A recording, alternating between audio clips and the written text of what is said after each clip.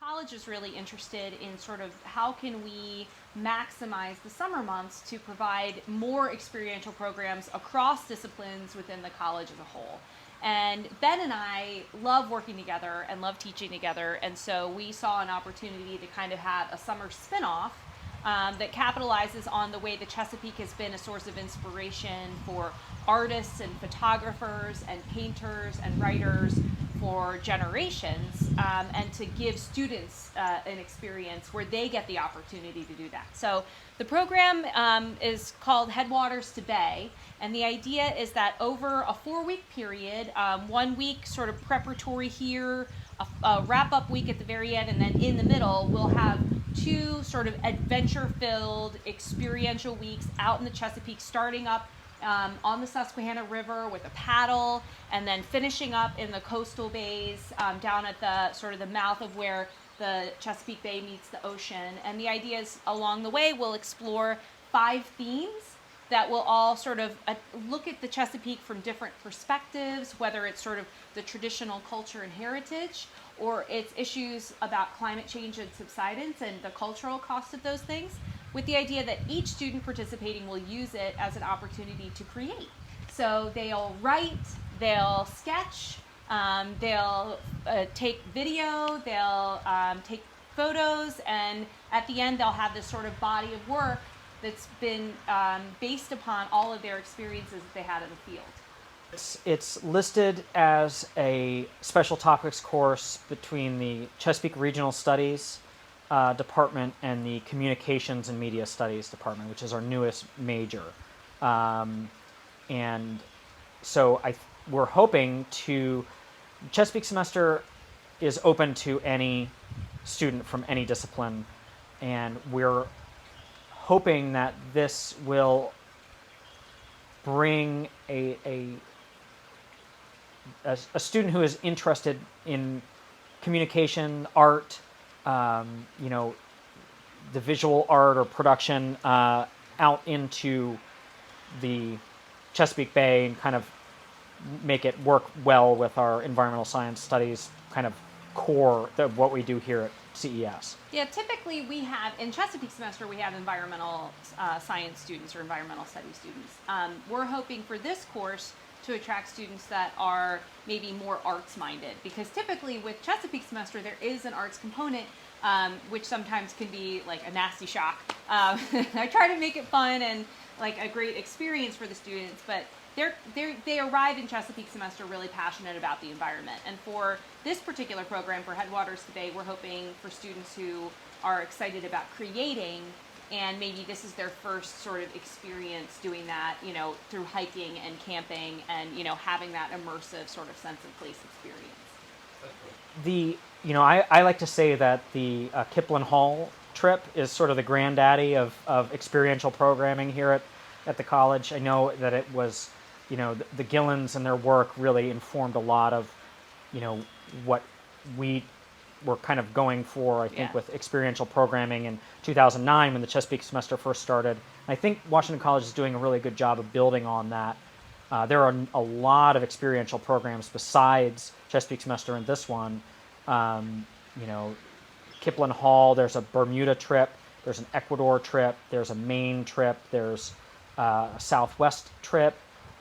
There's all kinds of really excellent programs that get students out into the field and doing something. Not to mention the hundreds of opportunities for internships that students have through Rose O'Neill Lit House and Star Center. Star Center's got a great internship program. We place a lot of students into internships as well, but then a lot of students get, they're working with faculty in a way that, I went to a larger state school. I went to University of Maryland, Baltimore County. I was a junior, I think, before I was in a class where I was in a position where a faculty member knew my name.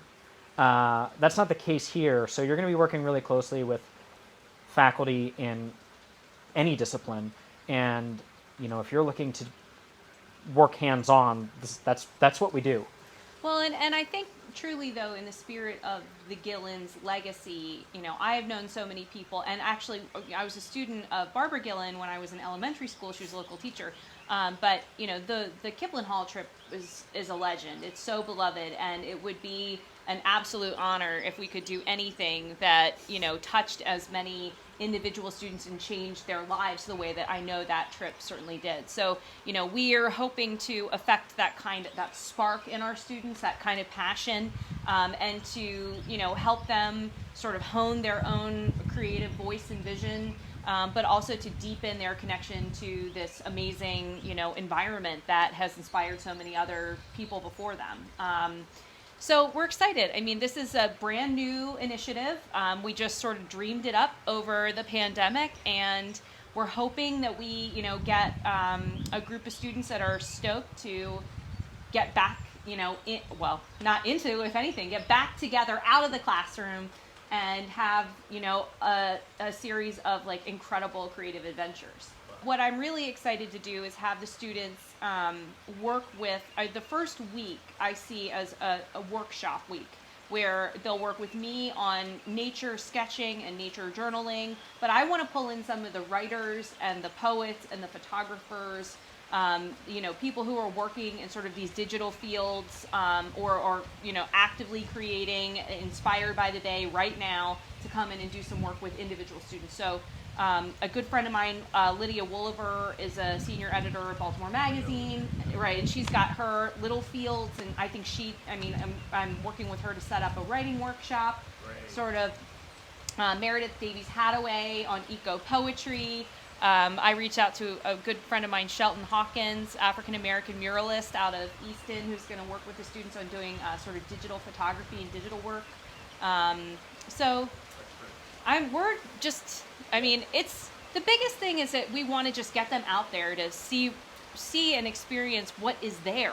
And, I know how much living here and, experiencing this place has shaped my own writing and my own, creative output, and, sometimes giving students the opportunity to experience something new provides this fresh, whole look in the world. We have, if people are looking for things for their students to be doing this summer, there are a number of summer programming options at Washington College for college-age students, but we also have some high school programs that are typically in person. This year they're virtual, but we have a Young Environmental Stewards Conference that CES runs.